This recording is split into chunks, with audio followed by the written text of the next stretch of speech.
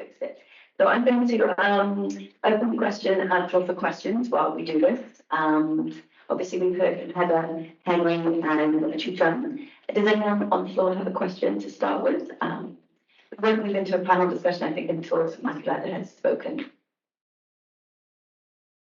Maddie, can you just help me with the microphone? I can just remind you to speak into this so our online audience can hear as well.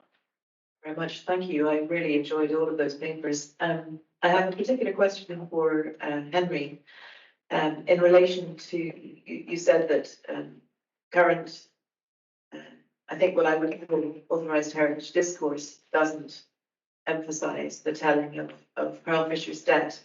And I wondered, given that that's the case, how easy you find it as a curator to present those histories. Are there challenges in terms of the governing bodies and so on? Museum. In terms of the governing body and so on, it's not so much that there's a deliberate, you may not say this. It's more about how do you tell it? How do you tell a story where there's very little, in a museum context, where there's very little collections to work with? There are, it's one of those things where if you have, for example, records or archives even, you could maybe try that. We tried at one point to look through oral histories, which have been taken. But again, it just wasn't something that came up in the topics that people wanted to talk about when they were doing those oral histories. There were other elements of the past that were focused on in turn.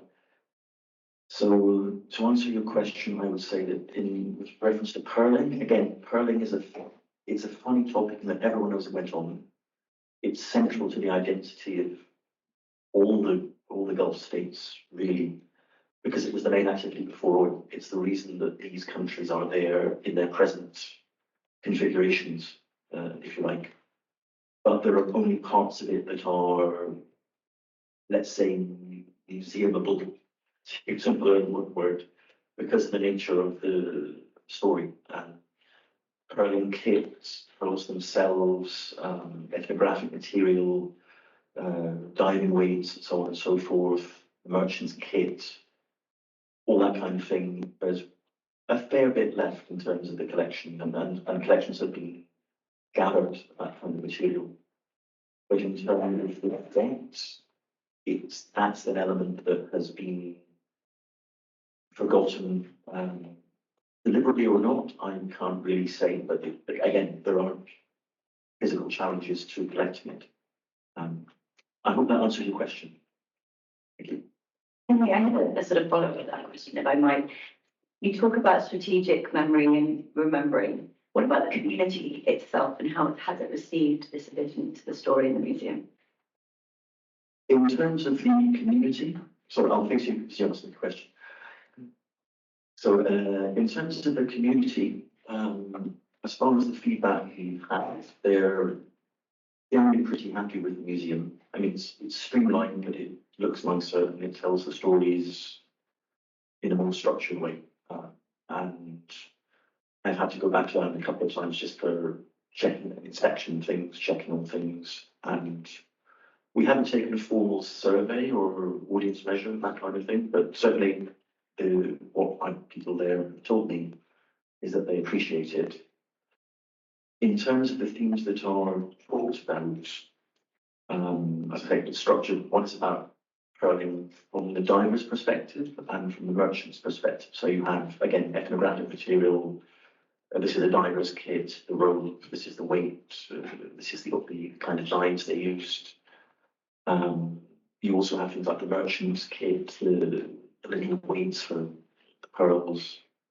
A chow rope, which is a chow is a way of determining the value of the pearl, but it's based on the weight. It's quite complicated. I won't try to explain it.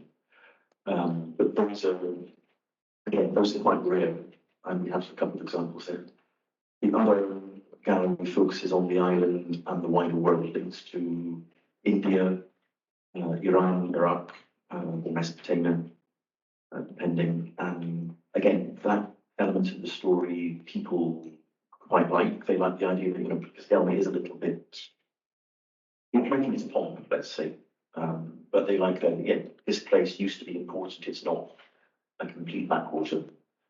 And the upstairs bit is the Manchester period room. And again, people like that because I think it has a nice sense. Again, I hope that helps. Absolutely. A question for Heather, actually, and combining this with what Henry was saying, which made so much sense about the way that the modern community wants to remember its past, and that this is not always some kind of nefarious, we're going to cover it up kind of thing.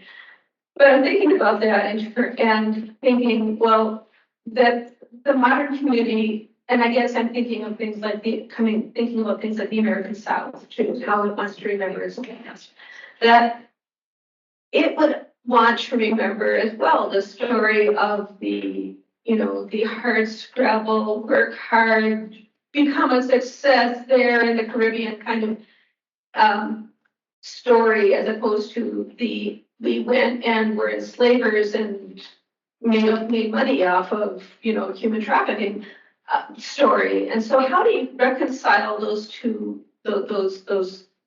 kinds of stories? It's interesting. In my experience, and it connects to what you said, there's a big difference in the Caribbean. I think we innocent people, so people actually are interested in their past and know for their past. Yeah, it's something difficult to deal with. I think there was a lot of pain. It's connected to enslavement, but it's also connected to sons you may never see. You don't know if they are liable. So it's a whole ball of pain that it is difficult to deal with. I hope to find more in poems and songs, but I have not. I don't know because I cannot recognize it coming from another culture. I've looked for those outlets and I haven't seen those outlets. What I would say is that when I visited the archives in the Highlands, I was surprised at the work that was being done to illuminate the past and share these ideas in schools and groups in the community. So I think we are in a process. Time, I think, has allowed that. I think knowledge about enslavement generally makes it easier to deal with things. I think most things in life are a process. It's a process, and it really takes years, sometimes centuries, for societies to cope with this. I think the first part, though, is awareness and the information. I think the people who are most closely connected manage to block it out and one after a time. And I think we have the responsibility now.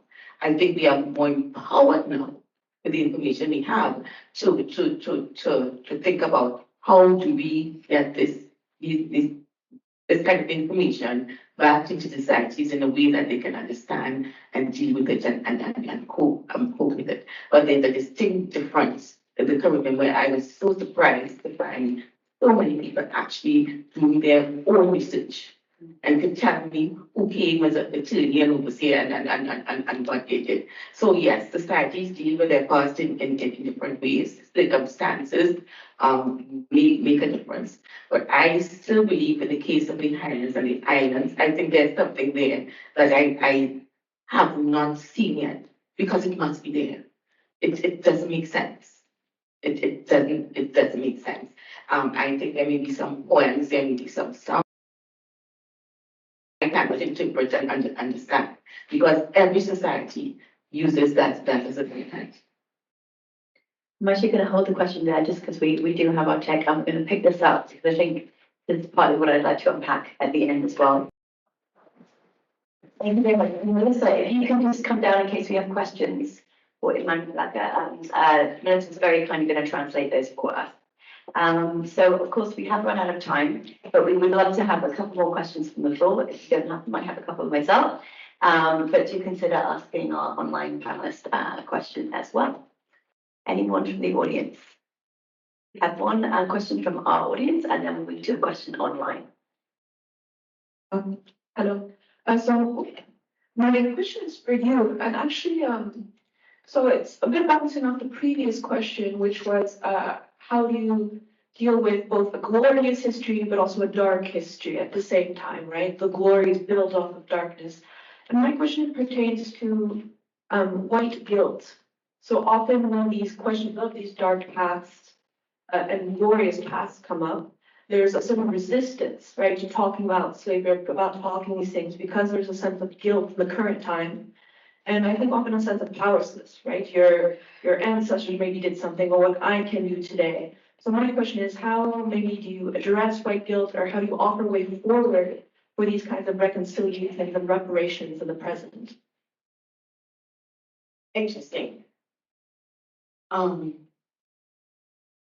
I would say, let me start with a personal approach in the sense that I have been working on enslavement since my PhD, and I have come across the gamut of reactions. Because I'm an academic, I do believe information is power.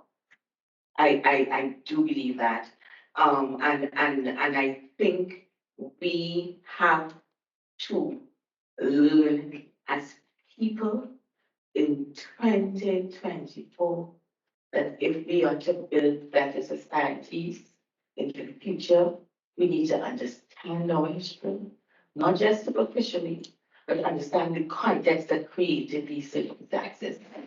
As far as reparations go, it is something that I totally support. You can't just give lip service to something if you want to put meaning behind it. But most importantly, we can't live in a world and pretend that we don't understand how we got to this stage in development and why there's development in some areas and not. We would simply not go forward. I can only hope that we have reached this stage to move forward. Me, I try to do research as thoroughly as possible. I try to present the information without accusations. And I try to provide a context in which you will be comfortable listening to me. And perhaps I may plant some seeds that will lead to change. Okay, so we have our online questions. You bring that up. So you wouldn't just mind unmuting. Okay, or if you'd like to take a question in the chat, we could also do that. So while Lisa's doing that, if we have any other questions from the floor. I think we'd hope to have a lot more time so that we can really have a discussion around these topics and the work that you're all doing to help with the visibility of these hidden stories. Question in the back. Yes, so I think I'm gonna first refer to Immaculada, which is it's a very good type of work where you now have this wider understanding of the Caribbean. So now we'll come back to that because the key thing is what doesn't count, what doesn't get counted doesn't count. So also the role of visibilizing or how they mention the presentation of different areas of the transatlantic slave trade and these different communities and groups that lead those experiences and how that hyper-locality is also important, which then brings me back to what I was talking about yesterday, this the linguistic determinism and the androcentric element within this type of studies, where the vast majority of research that exists within only the transatlantic slave trade is androcentric. 90% of the documents in English that exist are related to the United States, followed by around 20 to 10%, which is related to Brazil, which leaves a lot of knowledge in other languages, which at the end, the vast majority of colonized peoples need to address their ideas through the closest colonized language, as indigenous groups in Spanish, the Caribbean in English or French. So the Pacific Islands and French. So the access to knowledge is extremely limited by the linguistic determinism and the understanding and that kind of the cosmovision of what is it to be human, what is it to be owned, the centrality towards colonialist centers of knowledge is a key issue. And I think after she ran against him, yesterday, I would like to ask you, what is the, first of all, the limitations for you, first as a woman, well, actually, no, first as a Black person, second as a woman, as a Black person in the White Library, and these different limitations of access within the Anglocentric spaces that you know and you have probably witnessed a lot of different cosmovisions and understandings of humans and the slave trade and slavery and ownership in the whole Caribbean, that is not only the British Islands, but also these other spaces which have these other forms of resistance. So how do you encounter these clashes of cultures and when you always have, I would dare to say, I'm guessing here, I would dare to say that you have always this Anglocentric colonialist imposition being pushed on you and trying to figure out how do you find a pathway around that. About dissertation, but let me say that I belong to an association called the Association of Caribbean Historians. And I do believe that as we maneuver our way through these circumstances, we need other people in the same situation to share experiences. And that has helped a lot. You will be pleased to know that when we say Caribbean, we're talking about all the Caribbean and all the linguistic diversities. For me, that's where I'm grounded, because I understand it's not me alone, and we can discuss in parallels with British archives, Spanish archives, and that makes you more aware as you go into the material. I am very aware of myself as a Black female woman from the Caribbean, but that also empowers me. Yeah. I do see things because of that you would not see. So I do see that as a strength that I have to be aware of, because history is amazing. The eyes you put to that history really makes a difference. So I am proud of my perspective is different. And with respect to white Eurocentric perspectives, I also learn a lot from them. I learn a lot from them. People say things they don't realize that they say it. So I would say that you have to be aware of the problem, yeah, but you can also be empowered by aspects of the problem. And I think you need support. You need to be able to sit with people, talk with people, compare experiences, and trash out ideas. Thank you. And I think just to add as well, talking about the Historians Association, there are multiple associations in the Caribbean now that are working much harder. This is where I come from too, much harder to look at those barriers, things like the Museums Association that I'm a member of, and how we can work across these linguistic regions to capture that knowledge. So I think in the last few years, that's really started to move more rapidly than it has. I think we just wanted to say very quick thank you. Obviously, we're out of time. I know you guys need coffee before the next break. Our panelists will be around, obviously, for the next couple of days. So please do connect with them and ask them more about their work. It is remarkable work unearthing these hidden stories. And I think maybe just leaving us with the concept, being academics and museum professionals, how do we then help activate those stories with even more visibility in our institutions? We heard from Chuchan about the artists' residencies, trying to work more with groups, community groups and artists and residents to take these stories further into the next stage. And I think that's a whole other panel discussion, but one that would be very interesting. Thank you for your time today.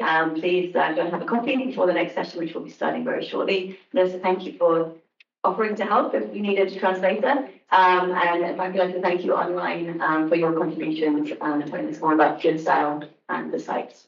Thank you.